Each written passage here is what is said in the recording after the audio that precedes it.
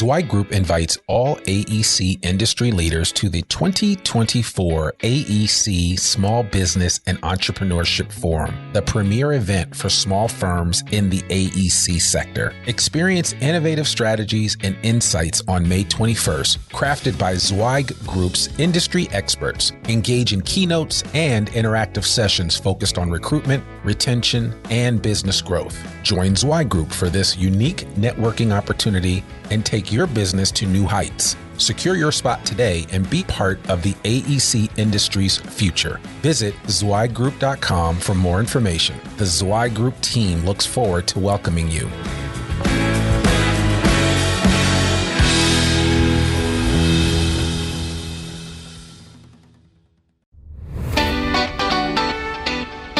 Welcome to the Zweig Letter Podcast, putting architectural, engineering, planning, and environmental consulting advice and guidance in your ear. Zweig Group's team of experts have spent more than 3 decades elevating the industry by helping AEP and environmental consulting firms thrive. And these podcasts deliver invaluable management, industry, client, marketing, and HR advice directly to you, free of charge. The Zweig Letter Podcasts, elevating the design industry one episode at a time.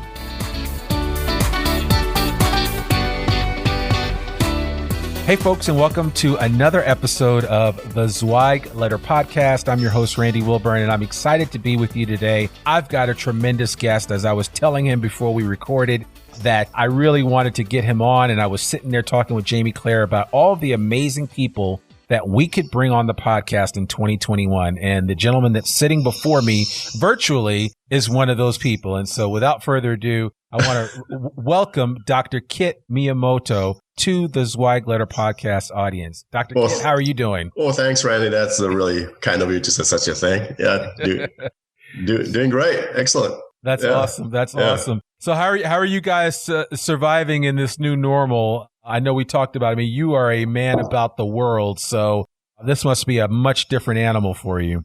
Well, it is so true. I mean, 12 months ago, I was diamond in a Delta, and I was executive premium in American, and now for United Global Services, whatever called. Now it becomes 0 miles for each of them, right? No, but that translation, no status. I think it's definitely after COVID is gone, I think it's definitely I know that I can cut back traveling at least half, you know, because some travelings have to be face-to-face important, right? You know, but most of the time, no, you don't have to do that. So it's cool. It's a definitely different kind of a lifestyle, put this way.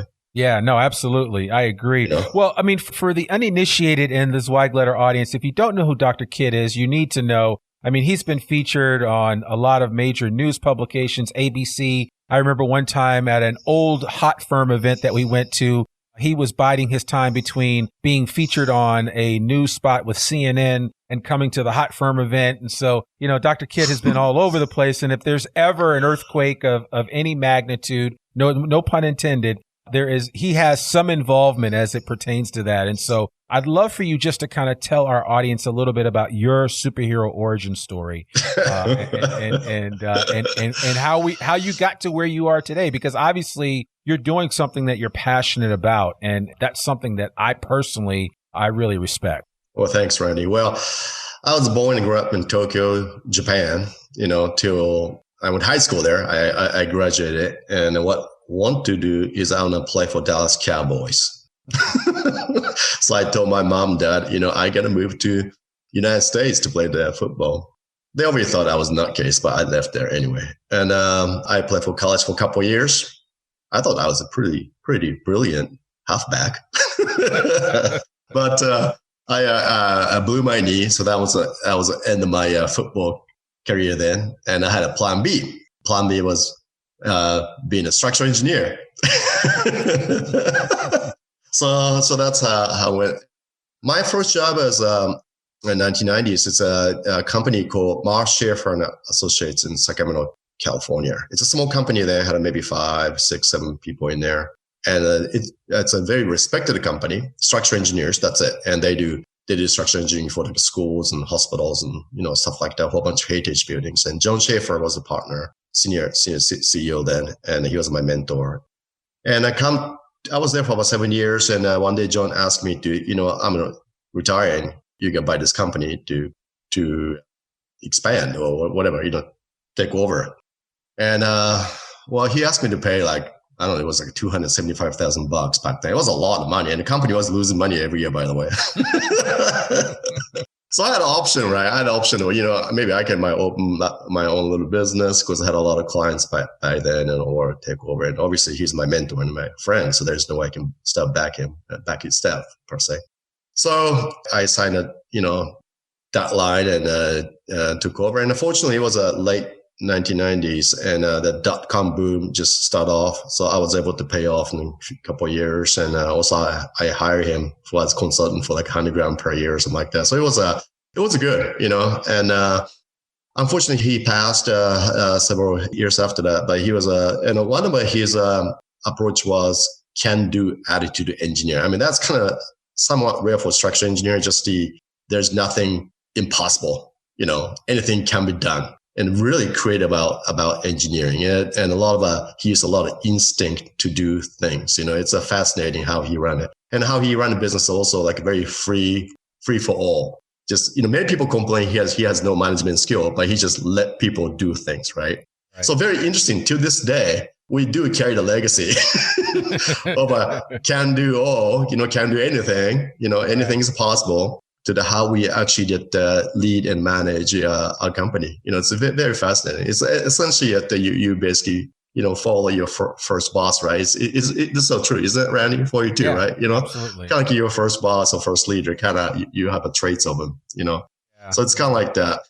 We changed the name to Marcia from Miyamoto and, we still doing this when California worked. And then by 2001, we decided to change the name to Miyamoto International because we opened office in LA by then. People said, why international?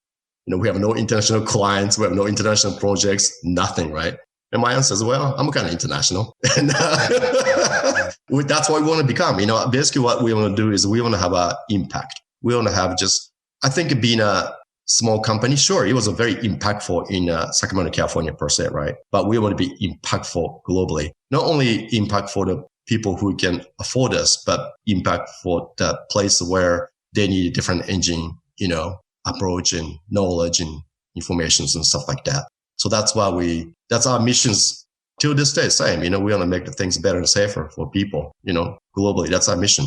Yeah. So that's how we expand from there.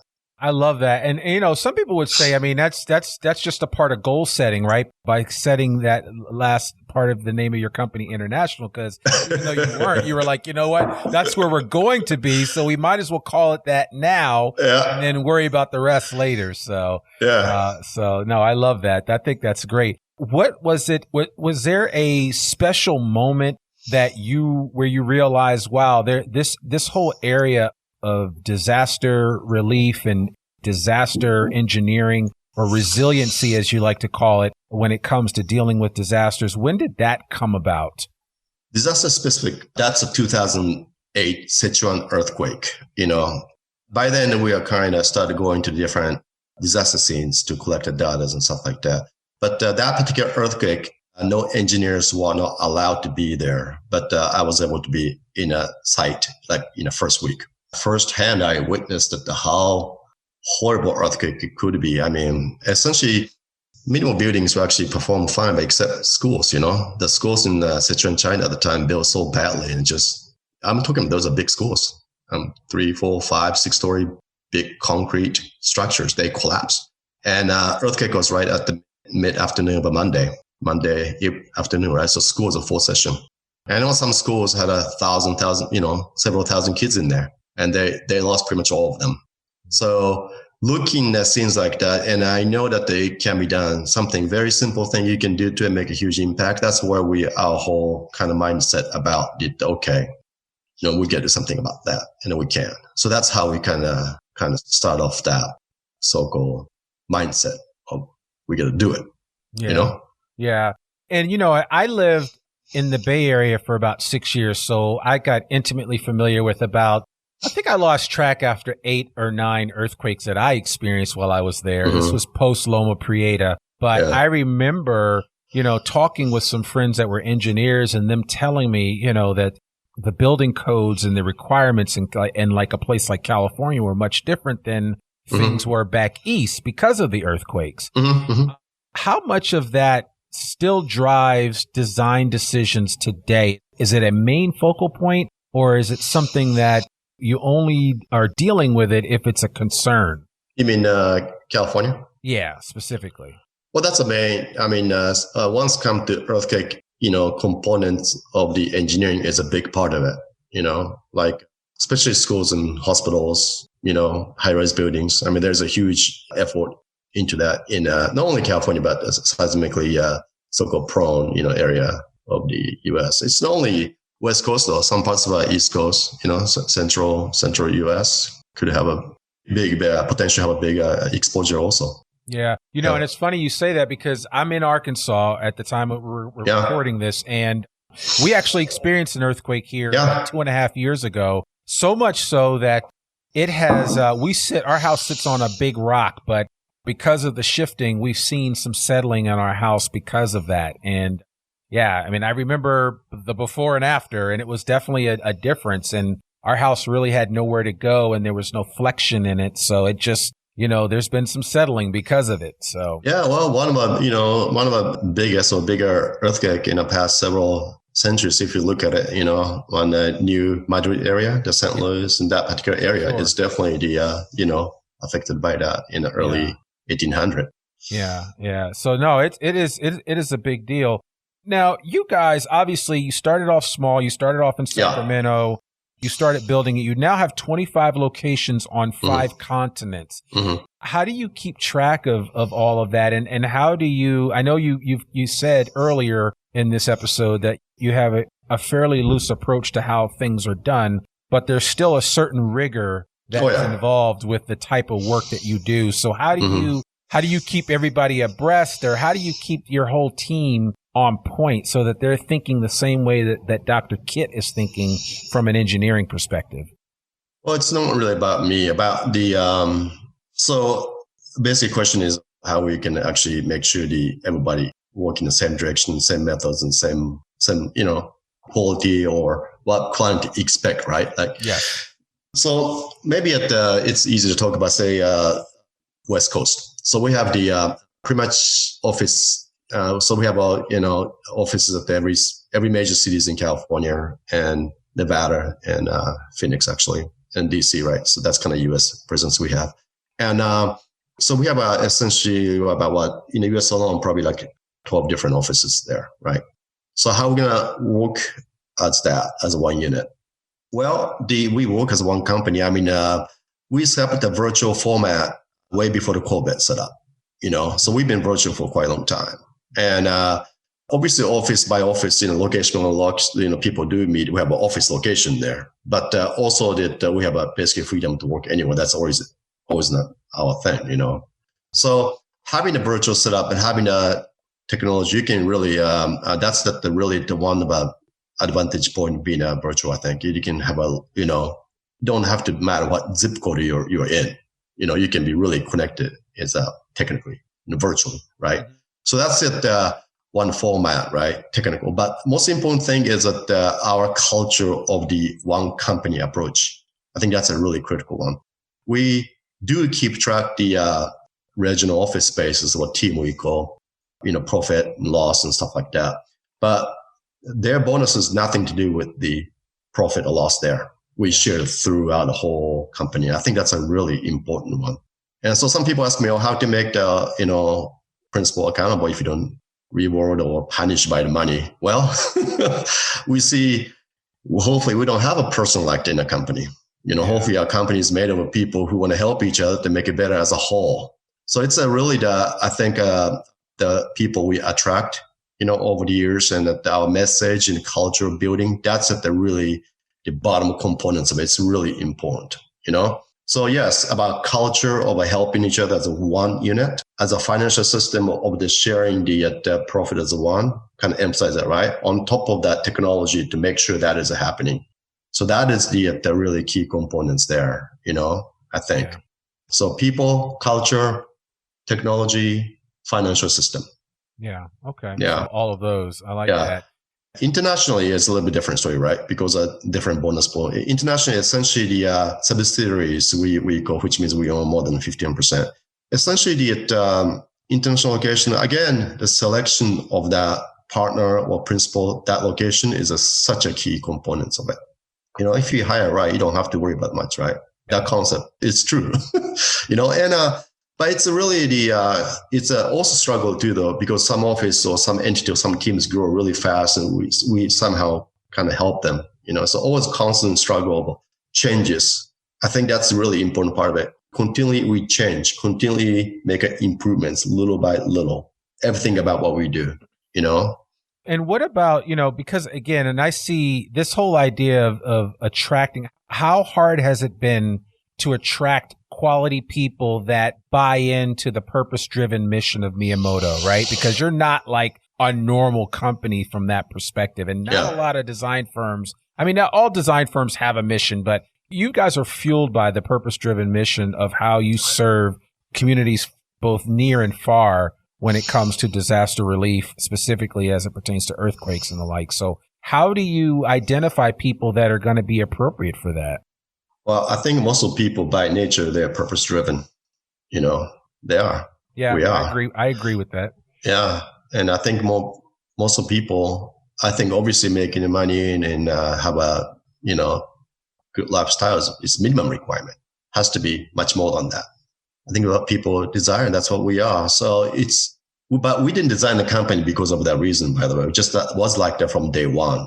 It was very authentic about it. Our missions and all that purposeness was a very authentic being, not about because we can attract more people or more profitable. It's happened to be, it's more profitable, by the way, doing that kind of things. But just that's how we are from day one, from 2000, right, on forward. So essentially, to answer your question, attracting the good people is much easier for us because our purpose drivenness in a real authentic way. So we attract very, very interesting people, not only, great engineers or administrators or the business person, but also with a purposeness in it, Yeah. Yeah, and I'm sure some people don't want to join our company. Something like that. Those people are a little bit crazy.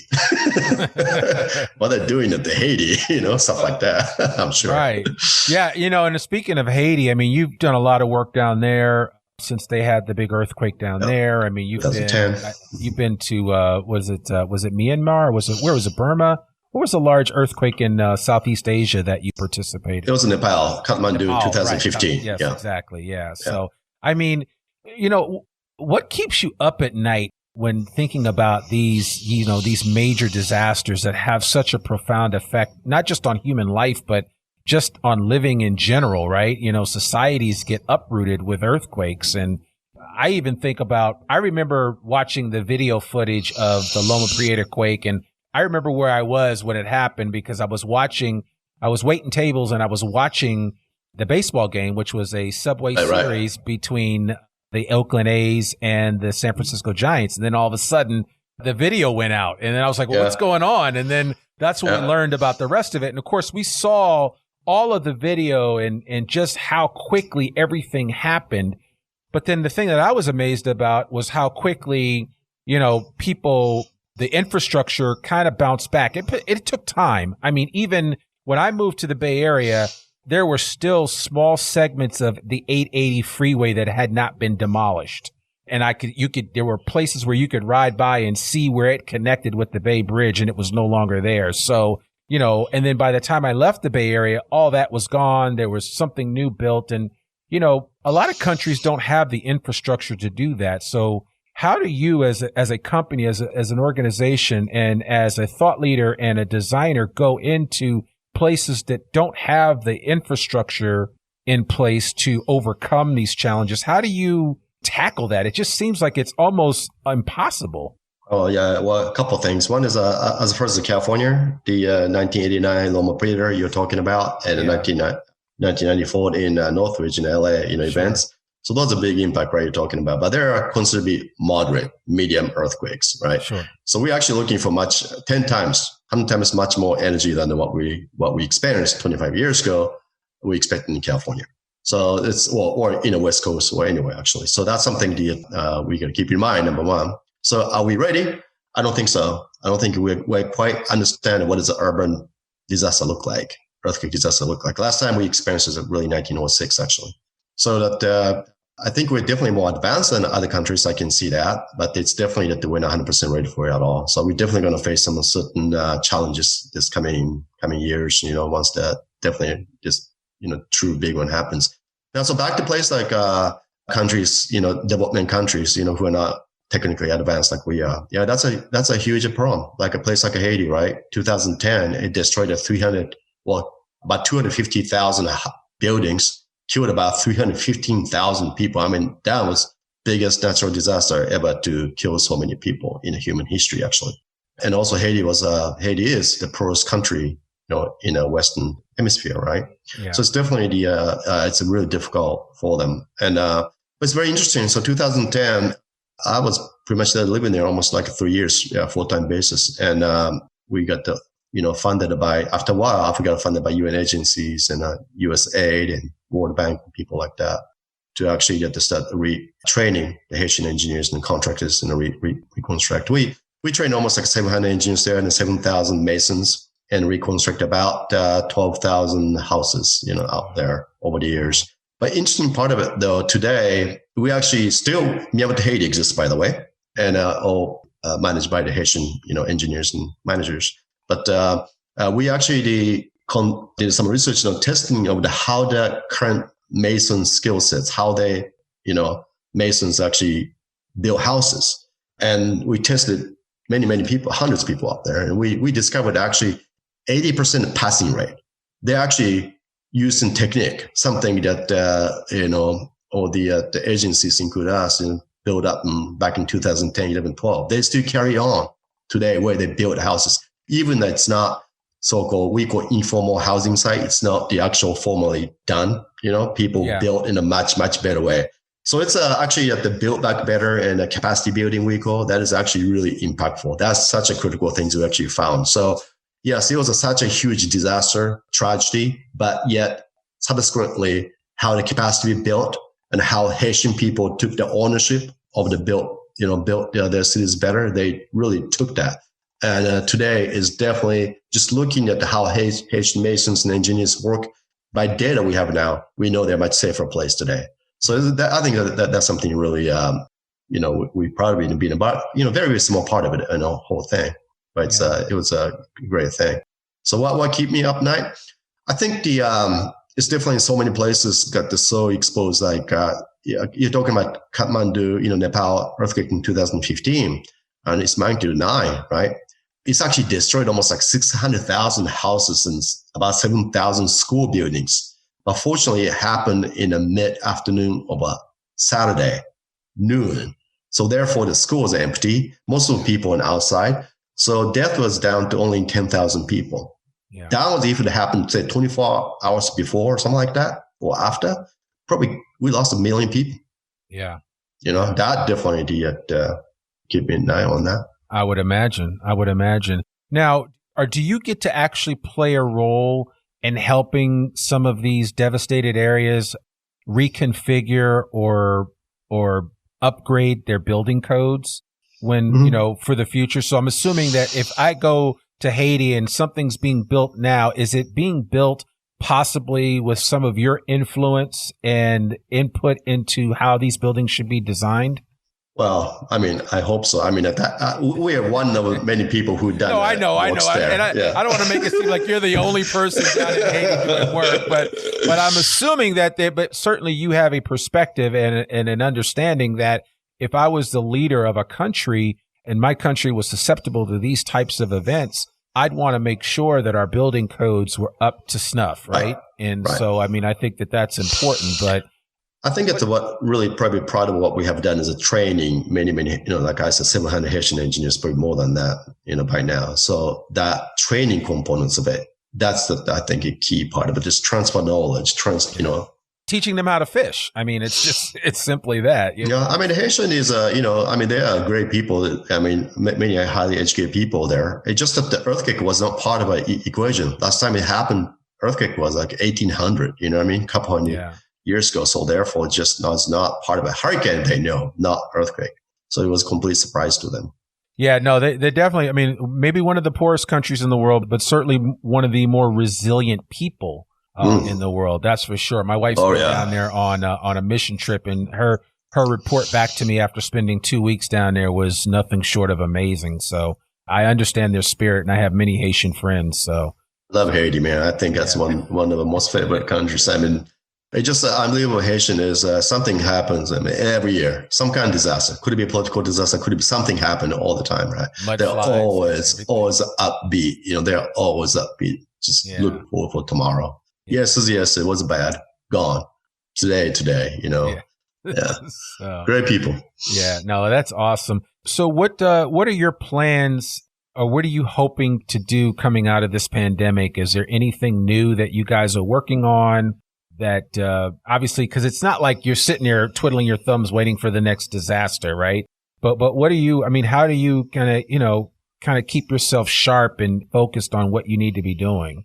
Well, business point of view, we just try to take the so-called bad things going on as the advantage as much as possible. You know, we open offices in Phoenix, Las Vegas, and we actually acquired a company in San Diego. So we just try to expand. We just try to make the base to next expansion of economical recovery, which we believe is going to happen in this coming year, you know? Yeah. Absolutely. So that's, and also system too. We just make sure that all the system is efficient as much as possible. As company-wise, we always make some changes, always make some tweaking. We combine teams, so, you know, that kind of things we do all the time. So things like that. So we're basically tweaking the machines, put it this way. Yeah, no, I gotcha. I mean, that makes sense. And I think this is a good time to do it too. I don't think there's been a better time. Exactly. And also a huge investment in business development. I mean, we just amount of a so-called meeting by virtually thing is just, I think probably business development activity in definition by meeting someone, probably we're doing 5 times more than ever before, I bet. Wow. Company-wide. You know? That's good. It's much easier to meet, right? People available. Yeah, exactly. You don't have a choice, right? I mean, I wasn't sure what you were going to say when I reached out. I suspected you were going to say, oh, well, I'm so busy, I don't know if I could do it. But you came back and responded so quickly. I was like, oh, great. And everybody has responded quickly. Like literally within 5 minutes of me sending out an invite to the podcast, people are like, sure, I'll be on there. That's so true. We're so bored, man. Absolutely. We won't talk to you, Randy. No, it's all good. It is all good. So, man, I appreciate that. If people want to connect with you, what's the best way for them to reach out to you to connect and learn more about Miyamoto? Oh, just email me at the kit@miyamotointernational.com. Sure. You know, anytime. You know, we can talk, we can meet up and stuff like that. But our plan now is to grow in the US. That's our kind of strategy components of it. And we want to expand it into the states we're not there yet. You know, essentially we're in 4 different states, right? We want to get expanded into different, you know, from Oregon to Washington to Utah to Idaho to throughout. And but we usually expand based on a very opportunistic way. We expands based on like people, you know. Sometimes some people move from a company, or sometimes we meet someone or some company. You know, that's how we can expand like that.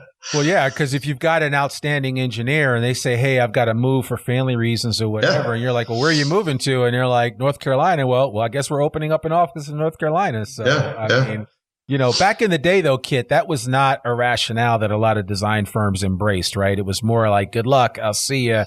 If you come back out here, let us know. But now firms are like, because of technology, because of, you know, just the lack of high quality technical individuals, firms don't want to lose anybody good. Right. And it is so true. I mean, it's definitely impossible now, right? You don't have to be located in a certain zip code to working for a certain company anymore, really, quite frankly. You know, so that's the kind of age now. And also that we usually merge with the smaller companies, you know, quite a bit, you know, like some small companies like a 5 people and 10 people and stuff like that. And interesting about it is that we can really energize the company like that quite a bit.